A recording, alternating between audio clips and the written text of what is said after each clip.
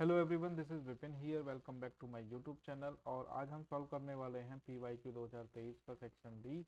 Section A हम एक video में ऑलरेडी डाल चुके हैं, सेक्शन बी सी एक साथ हम रिकॉर्ड कर चुके हैं और ये थर्ड पार्ट होगा जिसमें हम सेक्शन डी के क्वेश्चन सॉल्व करने वाले हैं।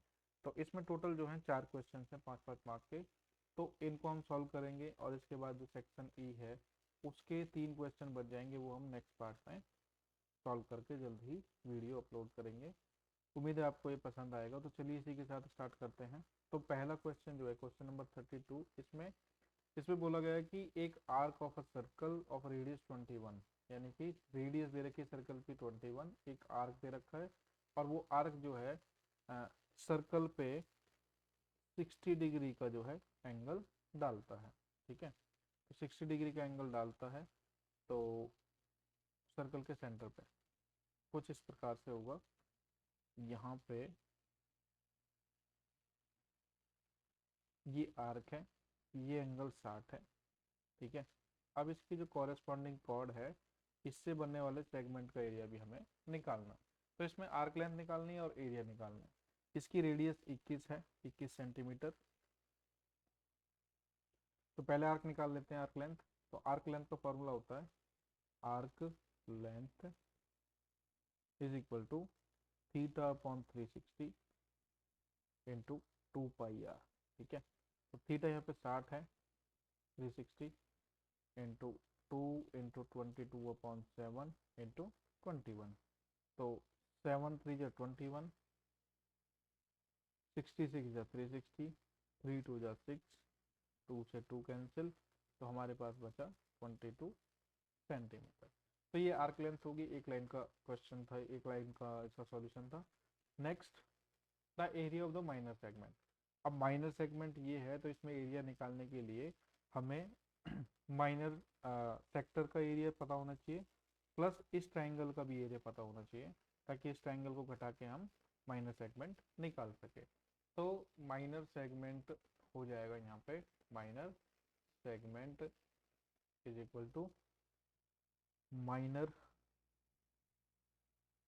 Sector minus area of triangle. ठीक है, area of triangle equilateral triangle. तो इसमें एरिया अगर देखें ट्राइंगल का, तो यहाँ पे दोनों साइड बराबर है तो ये दोनों एंगल भी बराबर होंगे। अब एक एंगल पहले ही 60 है तो दोनों बचे, तो टोटल 120 बचा। तो 60 यहाँ पे हो जाएगा और 60 यहाँ पे हो जाएगा, यानी कि ये हो जाएगा इक्विलेटरल ट्राइंगल। तो इसका जो एरिया होगा वो कितना हो जाएगा, 3/4 इंटू ए स्क्वायर। तो 3/4 इंटू ए स्क्वायर मतलब 3/√3/4 into 21 square. That means 441√3/4 centimetre square. ये ट्राइंगल का एरिया होगा हमारा। माइनर सेक्टर का एरिया, तो माइनर सेक्टर का एरिया हम निकाल लेंगे। तो 60/360 पाई आर स्क्वायर, पाई यहाँ पे 22, आर स्क्वायर मतलब 441। ठीक है, माइनस 441√3/4, 441√3/4। यहाँ पे आप देख सकते हैं कि 441 यहाँ पे भी है, यहाँ पे भी है, तो इसको हम कॉमन लेके इसको सॉल्व कर सकते हैं। तो उससे पहले देख लेते हैं। तो 1 6, ठीक है, तो 3 11। ठीक है, तो ये हो जाएगा 441 इंटू 11/21 माइनस 441√3/4। तो 441 यहाँ पे हम कॉमन ले लेंगे, तो 441 कॉमन हो जाएगा, बचेगा 11/21 माइनस √3/4। तो इसको हम जो है सॉल्व करेंगे तो ये डेसिमल में जो है हमारा आंसर आ जाएगा, तो ये सेंटीमीटर स्क्वायर में हो जाएगा। तो इसको आप सॉल्व करके मुझे कमेंट सेक्शन में बता सकते हैं कि इसका आंसर कितना आ रहा है। Next question. तो अगला क्वेश्चन जो है ये एपी सीरीज का क्वेश्चन है। तो इस क्वेश्चन में 2 पार्ट हैं, दोनों में से कोई भी एक कर सकते हैं हम। तो मैं देखते हैं, दोनों ही करेंगे हम, एक क्यों करेंगे, दोनों करेंगे। तो पहला क्वेश्चन जो है, sum of the first and 8th term of AP 32, यानी कि एपी सीरीज दे रखी है, उसकी पहली और 8वीं टर्म का जो जोड़ है वो 32 है और उनका प्रोडक्ट जो है वो 60 है। तो पहली टर्म और कॉमन डिफरेंस निकाल रहा है, उसके बाद इनका जो पहली 20 टर्म है उनका सम भी निकालना है। तो इसको कर लेते हैं यहाँ पे।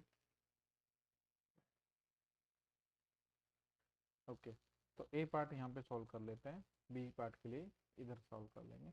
तो यहाँ पे सम दे रखा है, यानी कि A1 प्लस A8 32 है, A1 इंटू A8 60 है। यहाँ से हम देखेंगे तो A1 कितना हो जाएगा, तो हाँ, तो यहाँ से आप देख सकते हैं कि A1 जो है, या फिर A8 ले लो, A8 जो है वो 60/A1 हो जाएगा। ठीक है, A1 मतलब फर्स्ट टर्म, तो 60/A ही हो गया ये। अब ये जो A8 है हम पहली इक्वेशन में रख देंगे, तो फर्स्ट टर्म A, ये A8 यानी कि 60/A इज इक्वल टू 30। यहाँ से इसको सॉल्व करेंगे, सिंप्लीफाई करेंगे, तो ये कितना हो जाएगा, A² plus 60 minus 32A is equal to 0, और A² minus 32A plus 60 is equal to 0। ठीक है, तो इसको हम splitting the middle term method से भी कर सकते हैं और डायरेक्ट फार्मूला लगा के भी कर सकते हैं। तो देखते हैं, जैसे यहाँ पे 60 देखें, तो 60 के जो फैक्टर आते हैं वो 15 4 जा आता है, तो 15 और 4 से जो मिडिल टर्म है वो स्प्लिट नहीं हो रही है, तो इसको मैं 30 कर देता हूँ, इसको 2 कर देता हूँ। तो 32 जो 60 हो गया प्लस, लेकिन यहाँ पे माइनस है, तो ये दोनों टर्म माइनस हो जाएंगे, 30 और -30 एंड -2। तो ये हमारा स्प्लिटिंग यहाँ पे काम आ जाएगा। तो इसको कर लेते हैं, A² minus 30A minus 2A minus 60 is equal to 0, और A कॉमन लिया, A माइनस 30, -2 कॉमन लिया, ये सॉरी ये 60 है, तो -2 कॉमन लिया, A माइनस 30। ठीक है, तो हमारे पास क्या बचा, A minus 2 and A minus 30 is equal to 0। तो यहाँ से A की दो वैल्यू आई, 2 और 30। अब क्वेश्चन में दे रखा है कि A1 यानी कि पहली टर्म और 8th टर्म जो है वो जोड़ने के बाद 32 आती है। तो अगर हम 30 की वैल्यू लेते हैं फर्स्ट, तो 8th टर्म ऑब्वियसली जो है 30 से ज़्यादा होगी, तो इन दोनों को जोड़ने पे 32 नहीं आएगा, इसलिए जो हमारा इसमें A इक्वल टू 2 है, ये सही आंसर होगा। अब A2 आ गया, तो 2 की वैल्यू यहाँ पे रख देते हैं, तो ये हो जाएगा 2 plus A8 is equal to 32, या फिर A8 इज इक्वल टू 30। ठीक है, 2 उधर जाके माइनस हो जाएगा। अब A8 का फॉर्मूला लिख लेते हैं, तो A8 कितना होता है, A8 होता है A plus 7D, A plus 7D जो कि 30 हुआ हमारा। A की वैल्यू फिर से रख लेते हैं 30, तो A की वैल्यू 2 है, तो 2 उधर जाके घट जाएगी इसमें, तो 7D इज इक्वल टू 28, और D जो है वो 4 आ जाएगा। ठीक है, D 4 आ गया हमारा। अब इसमें S20 ऑर्गेनिक और क्या पूछा है, first sum of the find the sum of the first 20 terms.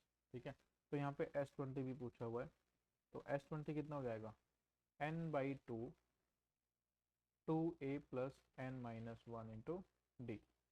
ठीक है, तो इसमें n की वैल्यू 20/2, A कितना है 2 है, तो 2 2 जो 4, n माइनस 1 यानी कि 19, 19, और D कितना है 4। तो इसको हम सॉल्व करेंगे, तो कितना आएगा 10, 4 प्लस 19, 4 जा 76, ये 76 प्लस 4 80, 80 10 जा 800, तो 800 इसका आंसर आता है। तो इसके तीन आंसर आ गए, A की वैल्यू, D की वैल्यू और SN की वैल्यू, S20 की वैल्यू। अब नेक्स्ट है ये B पार्ट, तो B पार्ट को इधर सॉल्व कर लेते हैं। तो B पार्ट में क्या है, in the AP of 40 terms, यानी कि 40 टर्म की AP सीरीज है, तो n की वैल्यू हमें 40 दे रखी है। Sum of the first 9 terms यानी कि S9 भी दे रखा है। Sum of the last term वो भी दे रखा है, तो उसमें हम क्या कर सकते हैं, लास्ट टर्म्स को लिख लेंगे,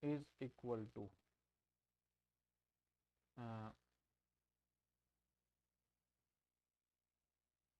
ए D upon A C is equal to, अच्छा बड़ी साइड अपॉन छोटी साइड है तो पहले यहाँ पे हम ले लेंगे A C upon D A C upon D A, और वो किसके बराबर होना चाहिए, B C upon B E के बराबर। तो ये जो है प्रोपोर्शनलिटी थ्योरम है। तो यहाँ पे हम साफ साफ देख सकते हैं कि अगर ये लाइन पैरेलल है तो ये एंगल इसके बराबर हो जाएगा करस्पॉन्डिंग, ये एंगल इसके बराबर हो जाएगा, और ये एंगल जो है कॉमन है ए बी सी और डी ई सी में, ये एंगल सी कॉमन है। तो एंगल सिमिलरिटी यहाँ पे हो जाएगी। तो उसके बाद हम किसी भी रेशियो को जो है यहाँ पे प्रूव कर सकते हैं। तो ये आसान क्वेश्चन है, लेकिन इसको आपको प्रॉपर लैंग्वेज में लिख के सॉल्व करना पड़ेगा। उसके बाद next question, P A Q B and R C. ये पी ए है, ये क्यू बी है, और ये आर सी है। Are each perpendicular to A सी, ये ए सी है यहाँ से यहाँ तक, तो ये तीनों परपेंडिकुलर है 90 डिग्री पे। इसका क्या मतलब हुआ कि तीनों परपेंडिकुलर तो तीनों आपस में पैरेलल भी है। ओके, अब बात आती है कि अगर ए पी एक्स है, क्यू बी जो है वाई है, और आर सी जेड है, तो प्रूव करना है 1/x plus 1/z plus 1/y। तो यहाँ पे प्रूव करने के लिए हमारे पास क्या होना चाहिए, सबसे पहले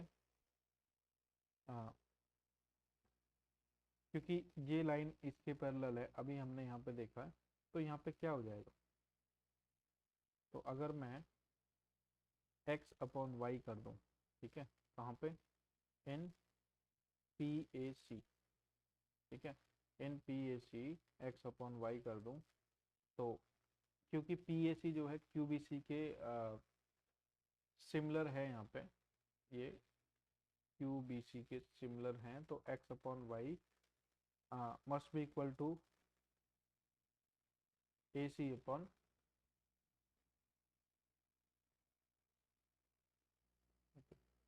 तो A C upon B C हो जाएगा ये, ठीक है। And in these two triangles, in A B C and A Q B, ठीक है, तो ये दोनों के दोनों जो है यहाँ पे सिमिलर हैं, क्योंकि लाइन पैरेलल है इनकी, तो ये सिमिलर हो जाएंगे जैसे इस बीपीटी के हिसाब से। तो ये सिमिलर होंगे, तो यहाँ पे भी जैसे एक्स अपॉन वाई हमने ए सी अपॉन बी सी लिखा है, वैसे ही जेड अपॉन वाई कितना हो जाएगा, तो ये भी ए सी अपॉन ए बी हो जाएगा, ठीक है, ए सी अपॉन ए बी। तो ये सपोज इक्वेशन 1 है, ये इक्वेशन 2 है। अब हमें प्रूव क्या करना है, 1/x plus 1/z is equal to 1/y।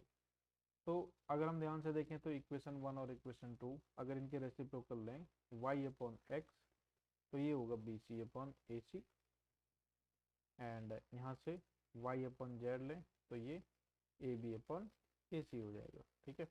अब y इसमें जो है, इन दोनों इक्वेशंस को अगर हम जोड़ दें, ठीक है, इसको इसके साथ जोड़ दें, तो हमें क्या मिलेगा, हमें मिलेगा y upon X plus Y upon Z is equal to A B upon A C plus B C upon A C, ठीक है। तो इसको y को कॉमन ले लेते हैं, 1/x प्लस 1/z, और ए बी, यहाँ पे ए सी का एलसीएम आ गया, A B plus B C, और A B plus B C यानी कि ये प्लस ये, तो ये हो जाएगा ए सी के बराबर, that means A C upon A C, और ये हुआ 1, तो 1/x plus 1/z is equal to हो जाएगा 1/y, ठीक है। ये हमारा प्रूव हो जाएगा, ठीक है। तो ये इस प्रकार से हम सॉल्व कर लेंगे। तो ये क्वेश्चन नंबर 34 जो है ये भी सॉल्व हो गया। अब बारी है नेक्स्ट क्वेश्चन की, जो कि यहाँ पे आप देख सकते हैं कि ये हाइट एंड डिस्टेंस चैप्टर से है, यानी कि application of the trigonometry chapter से। तो उसमें अगर देखें तो यहाँ पे क्या दिया हुआ है, a pole 6 metre high is fixed on the top of a tower, है ना, यानी कि एक टावर है इस तरह से। अब इसका जो टॉप है, इस पे एक पोल है, इस पे एक पोल है, इस तरह से। ठीक है, आगे बढ़ते हैं। ये पोल की हाइट जो है वो 6 है, 6 मीटर। अब बोला गया है कि आ, जो एलिवेशन एंगल है पोल के टॉप से किसी पॉइंट P, यानी कि ग्राउंड पे एक पॉइंट P है जो कि इस टावर के बॉटम से यहाँ पर है ना। तो इसके टॉप से P पॉइंट तक का जो एंगल है वो 60 डिग्री है। ठीक है, एक तो ये हुआ। अब इसमें दूसरा दे रखा है कि angle of depression of the point P from the top of the tower. Tower का टॉप ये हुआ, टावर के टॉप से अगर हम बात करें तो एंगल ऑफ डिप्रेशन किसका, P पॉइंट का। ठीक है, यहाँ से एक लाइन खींच लेते हैं।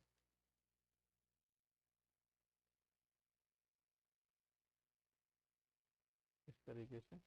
तो ये एंगल जो है ये 45 डिग्री है, तो ये भी 45 होगा। ठीक है, सपोज ये ए है, ये बी है और ये सी है। तो अब इसको हम सॉल्व कर सकते हैं, हमारा डायग्राम बन गया है, आसानी से सॉल्व हो जाएगा। तो इसमें क्या है, इसमें दो ट्राइंगल हैं, एक ए पी बी है और एक ए पी सी है। तो in triangle A P B अगर हम देखें तो इसका एंगल 45 है, तो ये हो जाएगा tan 45। सपोज ये, हाँ, tan 45 is A B upon A P.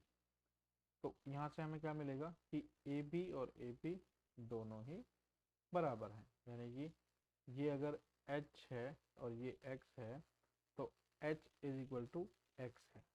ठीक है, अब next in triangle A P C. तो ट्राइंगल ए पी सी में जो एंगल बन रहा है वो कितना है, 60।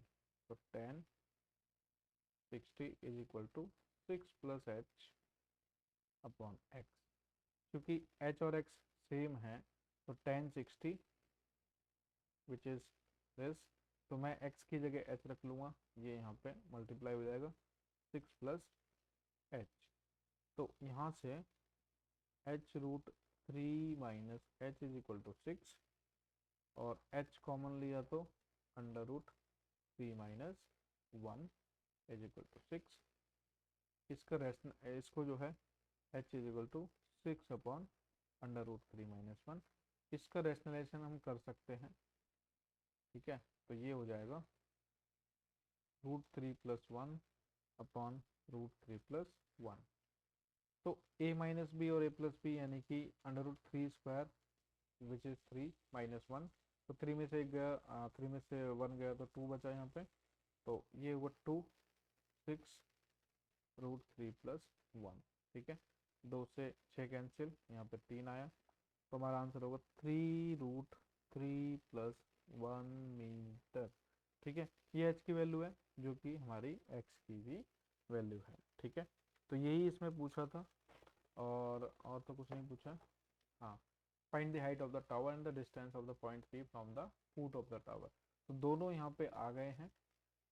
ये 35 क्वेश्चन जो लास्ट क्वेश्चन था इसका, तो सेक्शन डी का। तो हमारे जो टोटल चारों क्वेश्चन जो है यहाँ पे सॉल्व हो गए। अब जो नेक्स्ट पार्ट होगा इसका सेक्शन ई को सॉल्व करने के लिए, जिसमें हमें 3 क्वेश्चन सॉल्व करने हैं, वो मैं नेक्स्ट वीडियो में डालूंगा। तो उम्मीद है आपको ये सॉल्यूशन अच्छा लगा होगा, आसान लगा होगा। अगर पसंद आया तो आप इसको सब्सक्राइब कर सकते हैं, अपने दोस्तों के साथ भी शेयर कर सकते हैं। इसी के साथ जय हिंद, जय भारत।